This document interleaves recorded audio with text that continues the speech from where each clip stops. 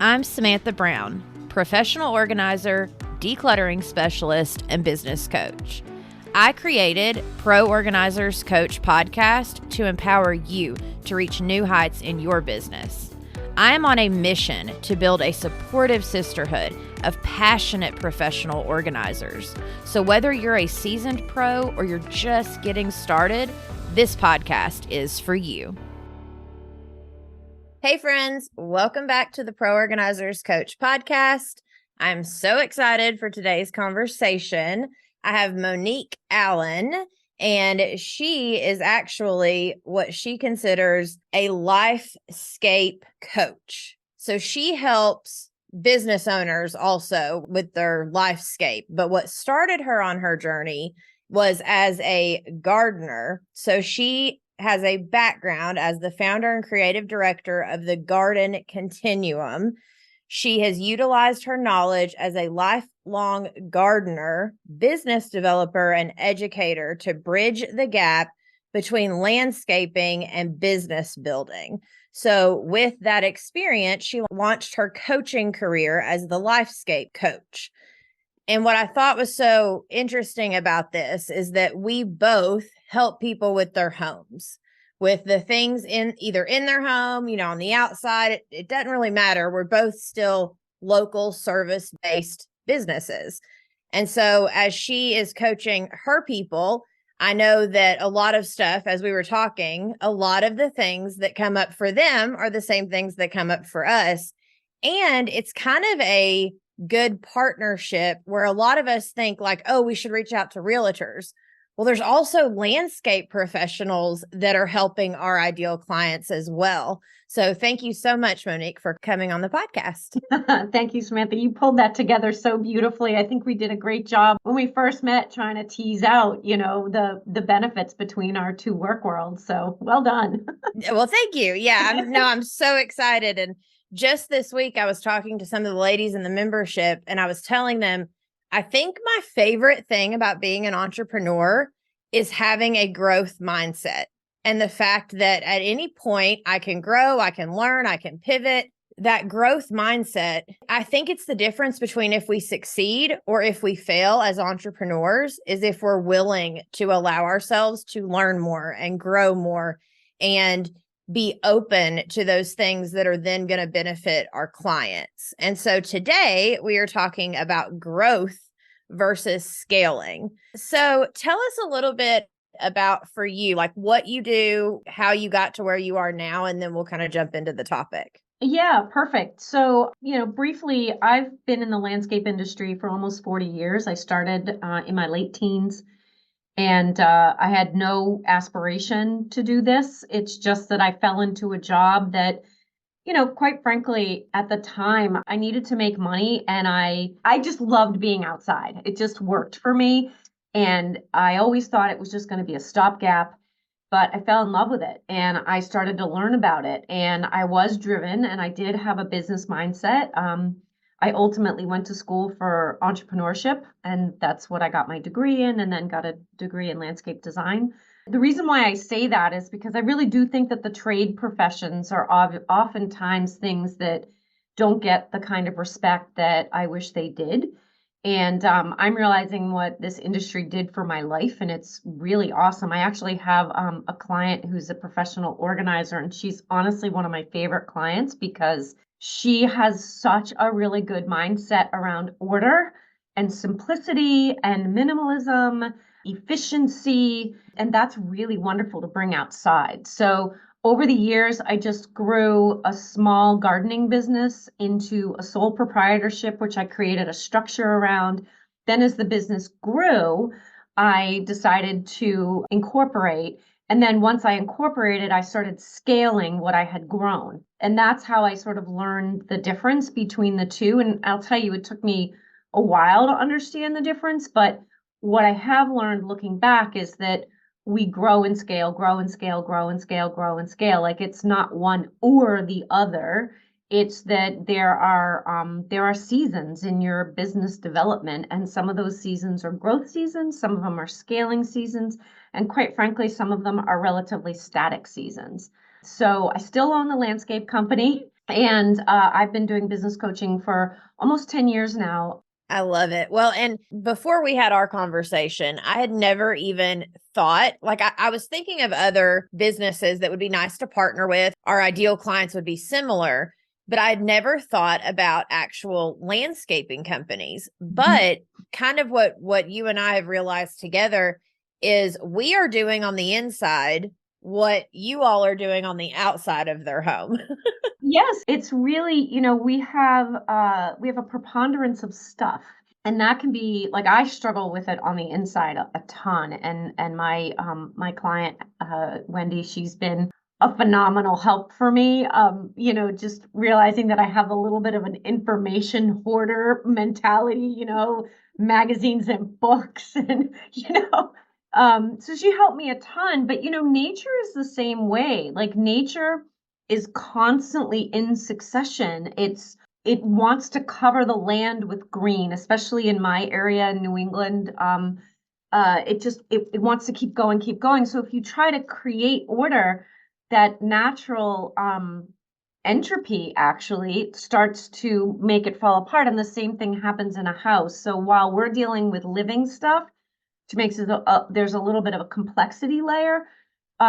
At face value, we're doing the same thing to help maintain a home and maintain sanity for the people who own the home, but also trying to help them feel a sense of pride so that they feel really good coming and going. But also, like I have this really cool system in my cabinets where I have, you guys will get this totally, these buckets, these bins with like labels. And if I can't fit anything more in the bin, I have to throw something away. Like I can't create another bin with that label on it. And so now I'm able to work within a system created for me by an organizational pro. I can create systems outside that help homeowners go out and just weed and putter and do things so that they know how to maintain it. So I really feel like there's a beautiful synergy between the two trades. Yeah, 100%. Now, talk to me about when it comes to the business aspect, because this is what I really want to get into. So, as a landscape professional, like I know that as you and I were talking the first time, you had mentioned something about, how you have to actually even talk to your clients about maybe 6 months ahead or 3 months ahead, or, having that like outward look, which I think helps us with our business and growth mindset, because I think a lot of us, especially when we're first getting started, we have that thought of, oh, today, this week, tomorrow, like we don't have any clients, or, oh, I got to get clients for this week.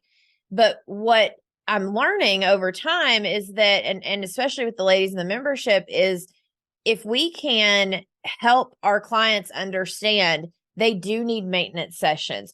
Or for instance, I have a client right now I'm working with that I'm like, listen, even if I could just come once a month, it keeps the momentum going instead of, oh, let's get it all done within a week or two. But then they've not had that time to have their mindset shifts, the clients and stuff. And so I think that it's super important as trade in the home professionals, learning how to deal with our client expectations in a way. And so what have you learned on like client expectations, helping them, that kind of thing?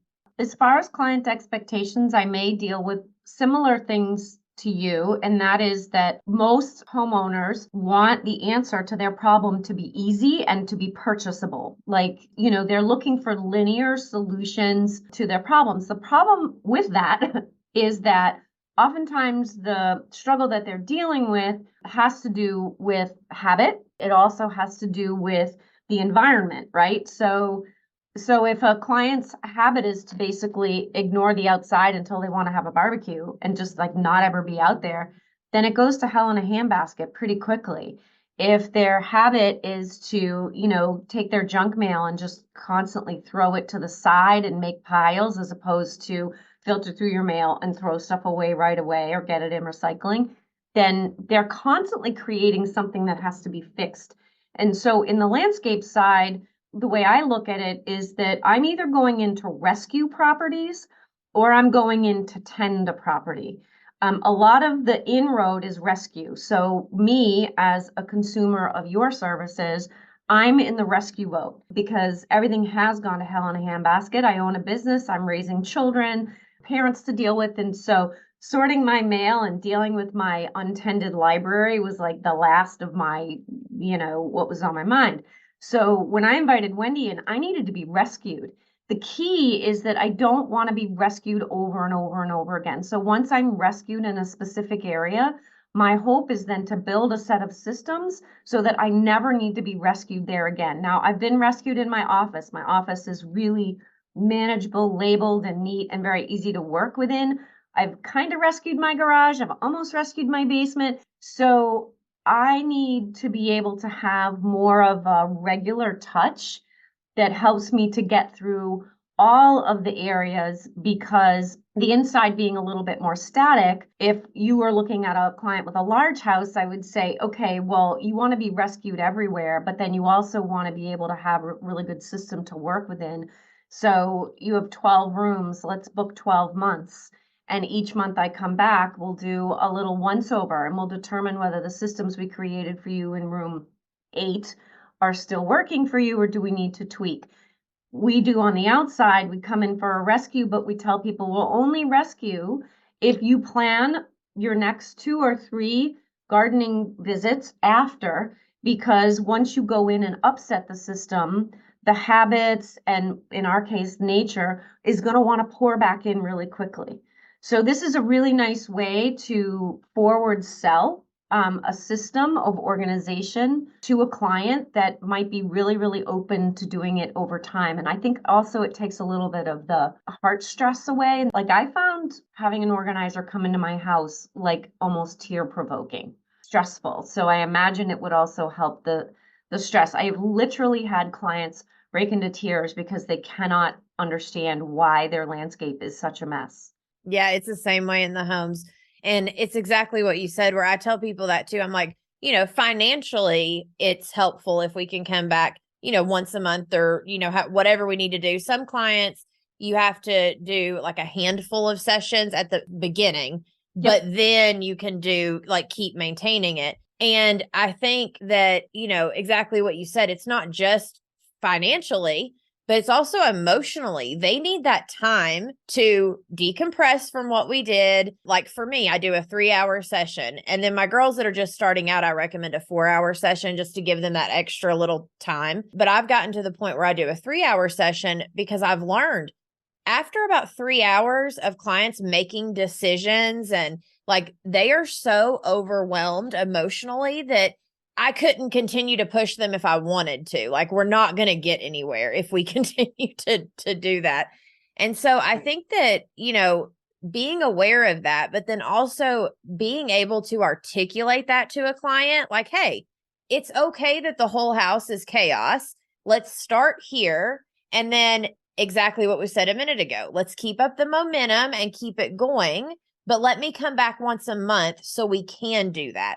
I think a lot of us feel like we can't tell our clients what they need, because for us, it's half emotional, half physical. Like we get in our own heads, not wanting to offend the client. And so I think realizing it's okay to tell our clients, listen, this is a process.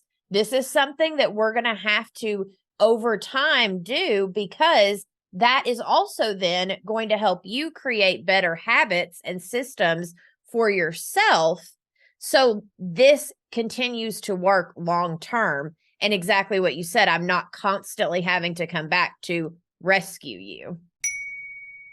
Hey girl, are you ready to unlock the full potential of your online presence? You need to dive into my Squarespace website template that's tailored just for you. When you click the link in the show notes, it will take you to a video so that you can see the template I created. With my course, you receive that Squarespace template, step-by-step instructional videos, 20% off your initial year with Squarespace, plus you get to enjoy a 6-month trial before publishing. Do not miss this opportunity to effortlessly launch your organizing business's website. And trust me, you don't want to get stuck on your website when there's so many other steps that you need to take to create the foundation for your business. So click the link in the show notes or go to proorganizerscoach.com to find out more. Yeah, and I love that you said it's a process. In my book, Stop Landscaping, Start Life-scaping, which is really all about how to do a landscape project, right? From like the dream of the idea all the way down to the manifestation. I talk constantly about how it's a process, not a project. Within a process, there are multiple projects, but a process means that, we're approaching something in an organized, systematic way. And I mean, people don't clean their house once and never No. clean it again, right? So organization is a higher level of cleaning. Landscape design is a higher level of tending. But all it does is get it like in a system. But if nobody then works the system, it's just a system that nobody's actually using. And so, speaking to your point about not feeling like you want to tell your clients what to do, I actually deal with that with my crew leaders and account managers here, where they do feel a little like they're entrenched in the client is always right or the consumer is always right kind of mindset. And I think that's really dangerous because I think 9 times out of 10, they're not right. They're wrong. They have misinformation. And mostly they're hiring us to be the pro. They're hiring us to guide them. This is kind of a good segue into that inbound marketing that you and I had talked about and education-based marketing. Anything that any service provider can do on their website or their Facebook page or their Instagram feed or TikTok or whatever you're using, whatever you can do to put tidbits of educational information out there that is tagged to you. So for me, it was LifeScape. I created a LifeScape method. I branded it. I wrote a book about it. I do that in landscaping and I do that in business development. You are setting yourself up as the expert. So it doesn't have to be fancy. It just has to be whatever system you as the professional work within. And then you have the ability to offer to your prospect. You can say, so I've heard everything you've said and we've done our tour. Would you like to hear about my system of organization? Could I share that with you? Everyone's going to say yes. And then somebody could say, so, there are these elements of rescuing a home from disorder. Don't feel bad. It happens to every home. And this is the process. And then you go through that process with them. And within the process are project 1, project 2, project 3, project 4, and then the ongoing care. So I think there's a lot sort of packed into that word process. And each service provider can really make it their own, put their own flair on it, and always offer to educate the prospect. And the way to not feel bad about it is ask permission. Yeah, that's huge. And I think a lot of us in our consultations, especially when you're first starting, you're so focused on the project right in front of you, and you're so focused on getting that piece done. But what I have learned over the years of doing this is exactly what you just said. If you focus more on the process, like I tell my clients, I'm going to take you step by step. We're not going to go ahead and be thinking about 4 steps from now. Let's bring it back to this step.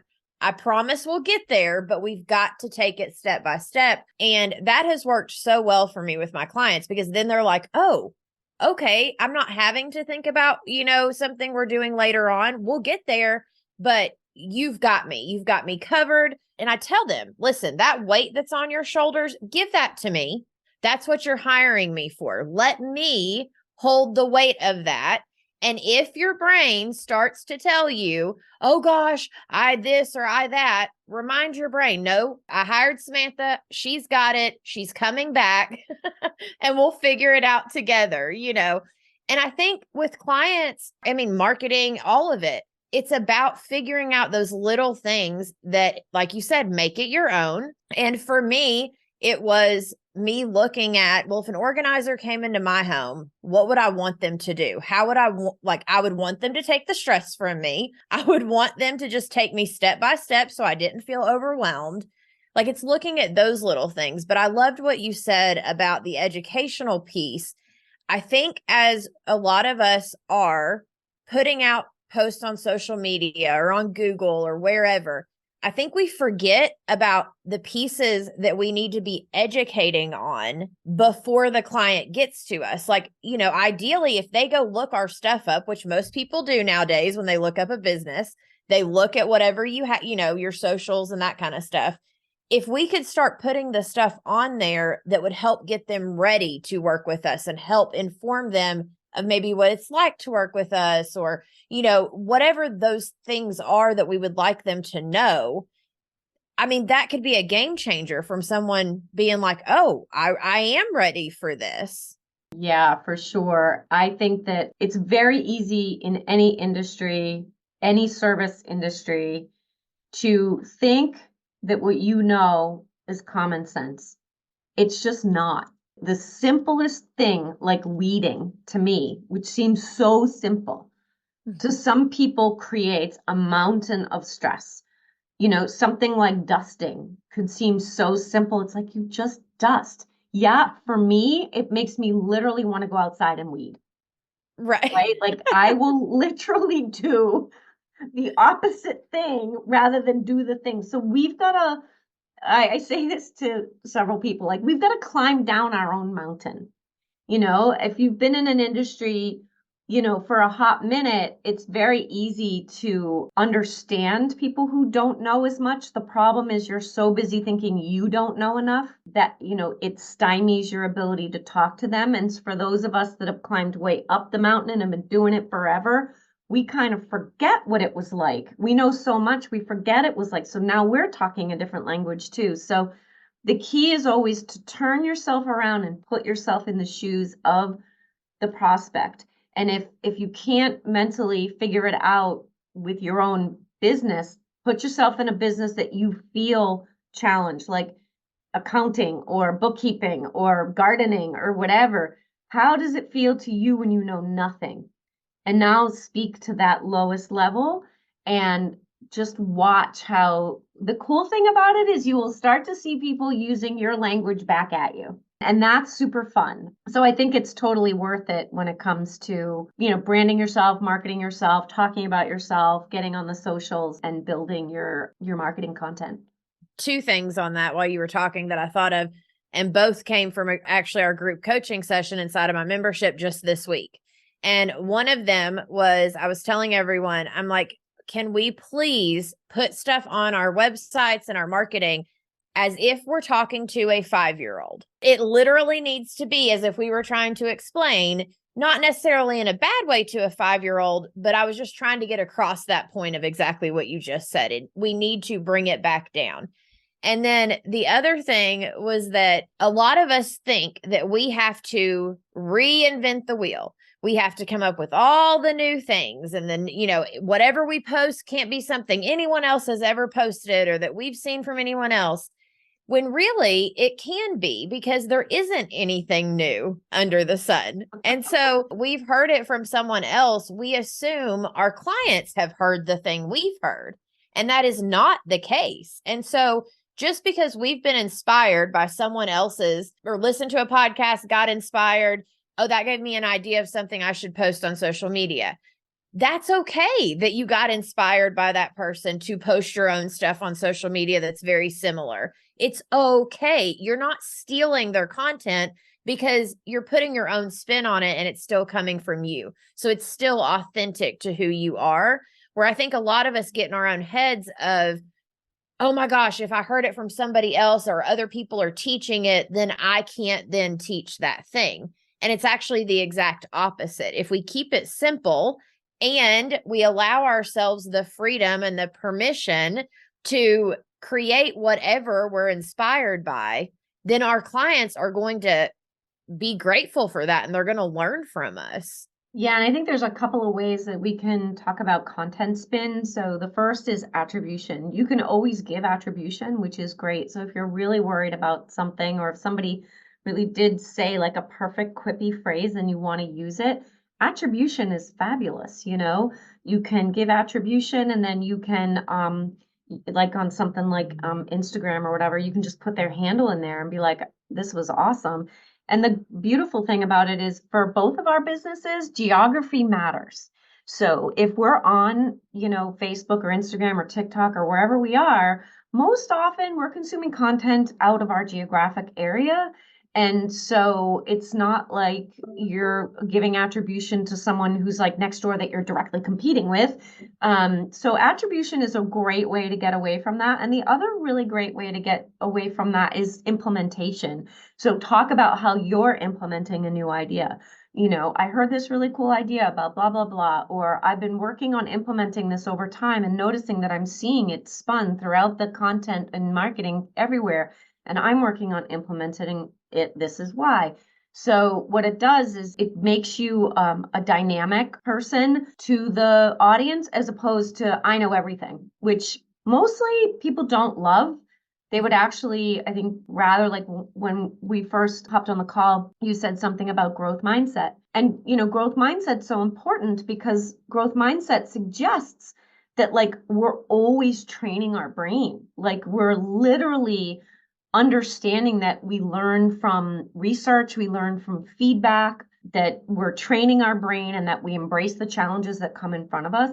That's different than a fixed mindset, right? Somebody who's like totally avoiding any challenge or being like, yeah, I already know. I already know. And that's not the content that most people want to consume. So that growth mindset is awesome. And if someone knows that you're online and reading books, like I read this great thing in this book, highlight it in the book and put that in the content. I just think those are brilliant ways to share information, but also to show that you've got a growth mindset. Yeah, no, I love that. And so back to what we originally were talking about, because I loved the way you explained it. Beginning, growing, and scaling. Yeah, okay. So beginning is its own challenge, right? We all know this. I'm sure a lot of your listeners know this. It's you have an idea, you think you can do this idea, and you literally bootstrap it, to get that idea going. And so there's a lot of kind of scraping to make it work and calling in favors and pounding the pavement as it were to build up your company. And generally in the beginning stages, we're not making a whole lot of money. We're getting our name out there, trying to solidify our brand, trying to understand what our services are, trying to understand what pricing makes the most sense. I have a whole, I have a training series called the Landscaper's Freedom Formula on my LifeScape Coach website, and it goes through all of these things, really about that the importance of the business mindset, the importance of services, the importance of sales, and in between those two is the importance of your pricing. That's all of the stuff that really has to be in the beginning stage. And then from there, we move to growth.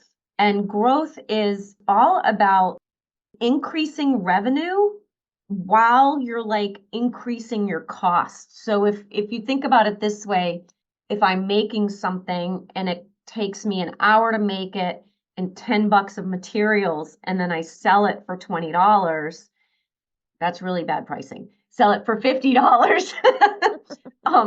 Then the only way I make more money is to make more of the things. So I got to buy more stuff. I have to put in more time and I keep going, and that's growth, right? So it's like you're doing more so that you can earn more, but every time you do more, your costs go up in proportion. When we start thinking about scaling, we want to ask ourselves the question, are either of the inputs, the materials input or the labor input, are either of those inputs flexible? If they're inflexible, then you just have to keep doing more and buying more to get more. And then your profit and your revenue goes up, your profit goes up, but the relationship is the same. When we're scaling, what we're trying to do is get the revenue to go up, but the profit to go up at a higher exponential than the revenue. And we do that by economies of scale. So a first way to think about it would be if you're buying your materials, can you buy your materials in bulk at a reduced price? So that would be a really simplistic way to drop your cost increase your revenue, and now increase your actual profit margin, not just the dollar, but the margin in relationship to the revenue. Another way is automation. Anything that you can automate will help you scale. And a really easy way to think about this is that simplicity scales and complexity stalls.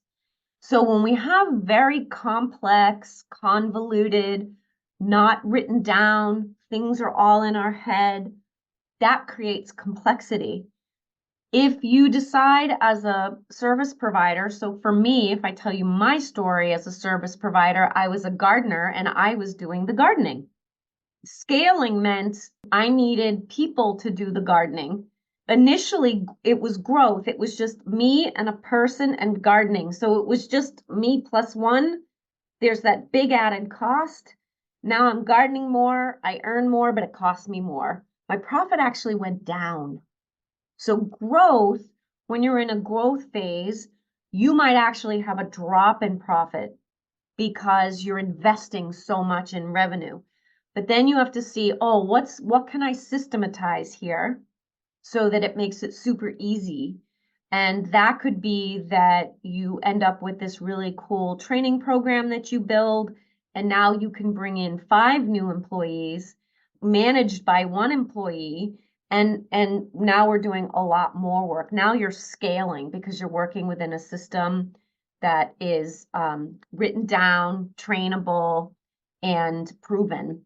Buying tech is a big way to scale, using tech, using automation of any kind. So I'm going to stop talking. Did I make sense? Yeah, no, that was great. But I Yes. loved what you started with. You said simplicity scales. And what was the second part? Complexity stalls. Yes, love it. And this has actually kind of been a theme recently in a lot of things I've been doing, where we've been talking about we end up confusing ourselves, which then confuses our clients. And no matter what stage of business you're in, whether you're just beginning, whether you're scaling, whether you're growing, it doesn't really matter. If you are trying to make it more complex, or like, oh, I need these extra steps or these extra things, or to seem fancy or professional or whatever it is, when you have those things, you are looking at it from your point of view. And again, it's what we were talking about earlier. Instead of thinking, oh, I can actually keep it simple, they're going to understand it because people do not buy what confuses them. For sure. And it's really hard to grow something. So the professional services, which we're both in, are very labor heavy. And the first way we think of growing is to add people. And people are the most complex thing you'll ever add.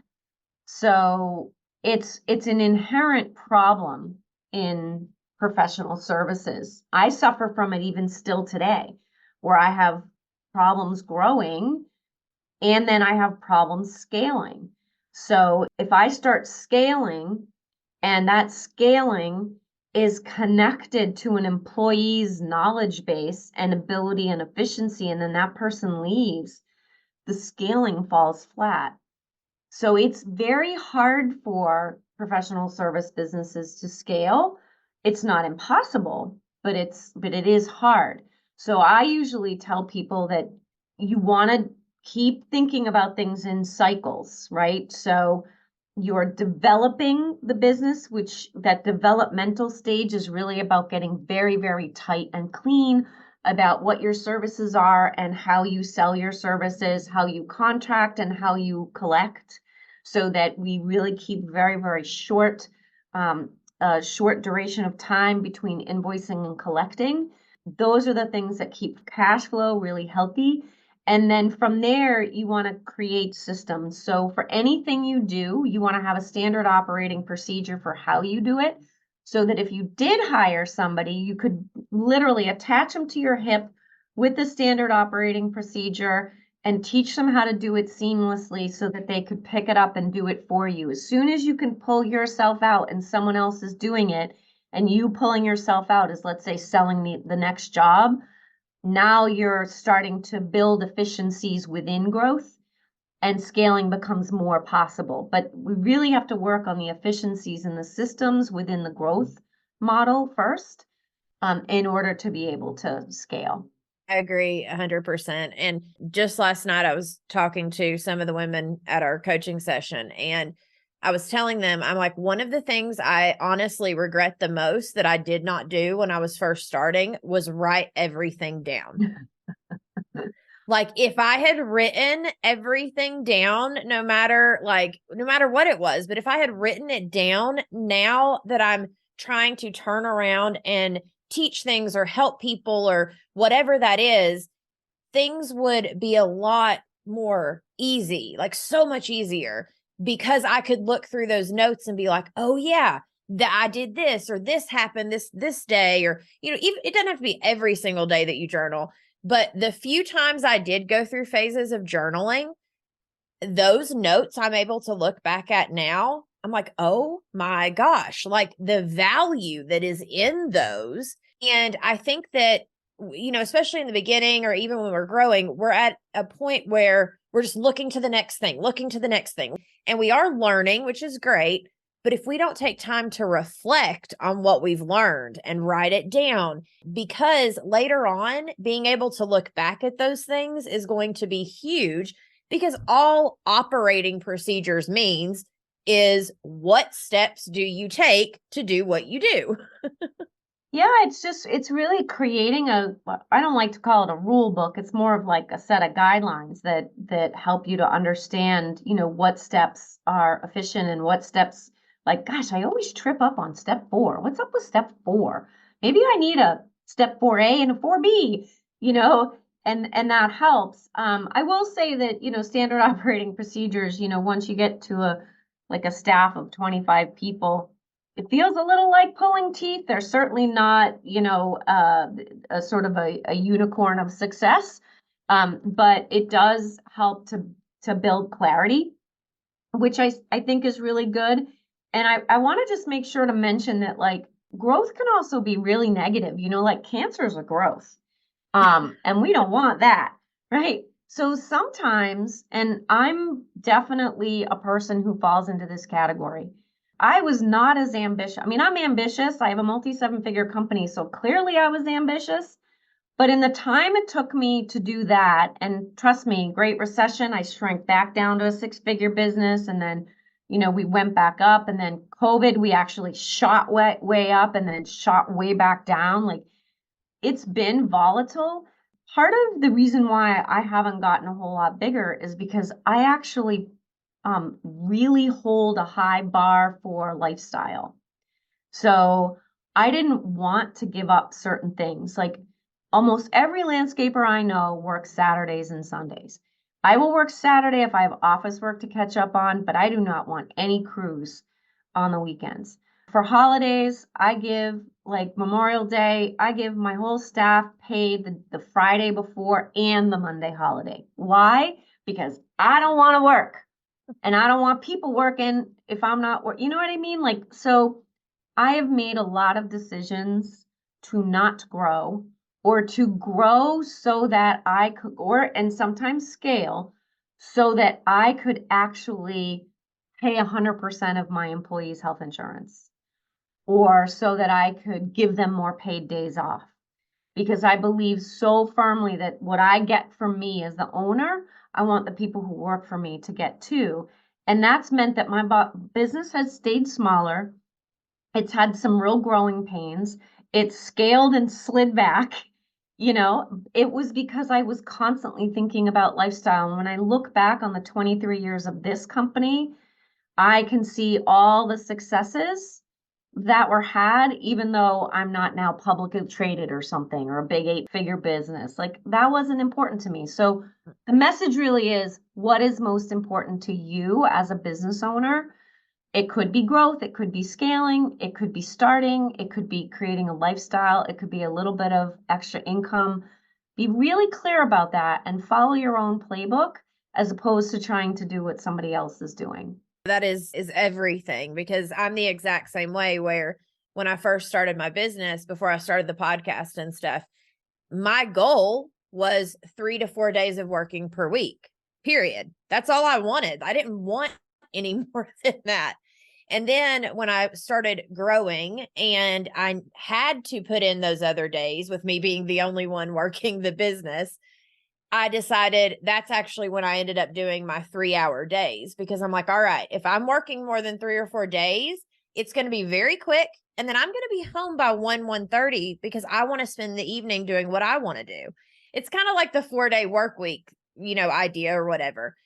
If you don't take the time to, and I'm so excited inside of the group coaching community in, I think either April or May, I have some ladies coming in just to talk about a values workshop. Like, we're going to talk about values specifically. Yeah.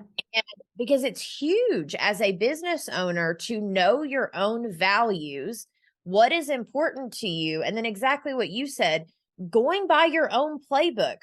Forget what you see everyone else doing. What is your dream? What do you want? What means the most to you? And that is very commendable, to make sure that anyone that's helping you or working for you is just as happy and has the same lifestyle that you do. That is huge. Yeah, I think it's this double-edged sword, right? Being an entrepreneur. I mean, I have overworked myself almost my whole life, and it took me a long time to learn. And I think you probably know this too. As soon as you become a coach, a big part of becoming a coach is realizing that you learned lessons the hard way.